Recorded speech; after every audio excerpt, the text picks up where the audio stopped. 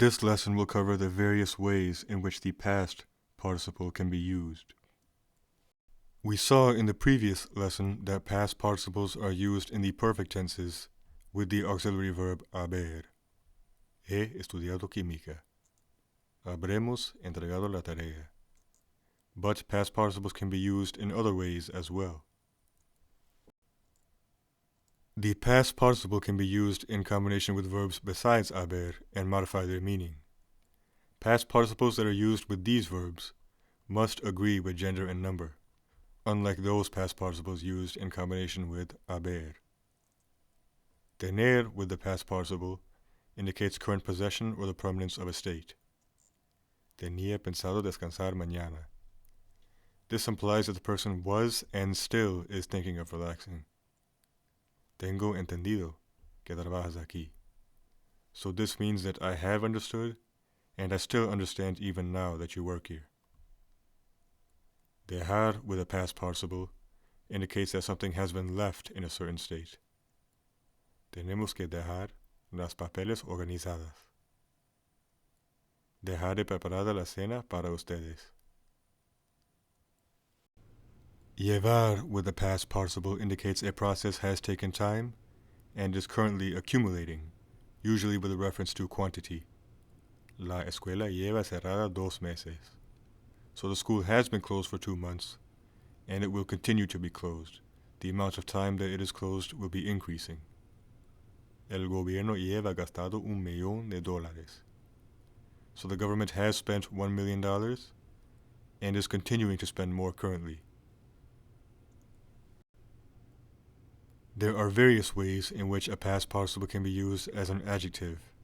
First, as a regular adjective. Tenemos que tirar el pastel quemado. Ordené el pescado ahumado. Abriremos las puertas cerradas. Odiado por todos, el rey abdicó. And of course, these past participles used as adjectives must be in agreement with both gender and number of the noun they describe. It can also be used as an adjective with linking verbs, such as ser, estar, and parecer. Los pasteles fueron quemados en el horno. Tu pescado estará ahumado por el chef. La oficina parece cerrada. El rey fue odiado por todos. You are not limited to only using those 3 verbs when linking past participles.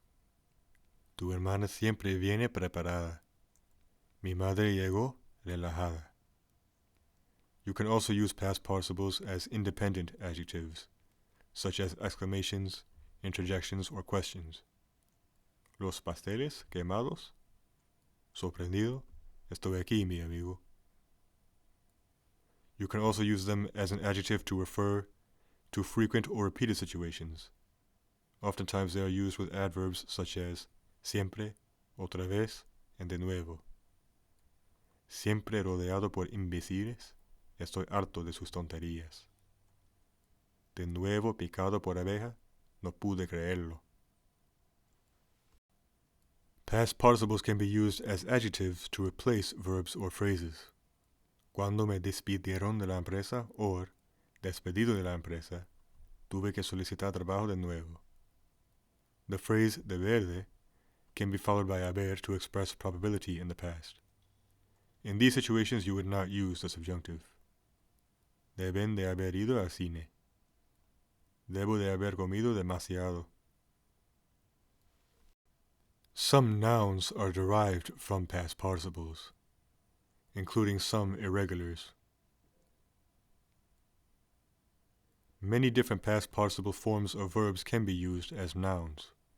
Algunos pescados son quemados. No quiero los quemados. Estos estudiantes están relajados. Me gusta enseñar los relajados. And that sums up many of the different ways in which the past participle can be used. As I always say, if you could please do me a favor and share this video series with your friends and teachers, I would very much appreciate that. And that is all for now, so until next time.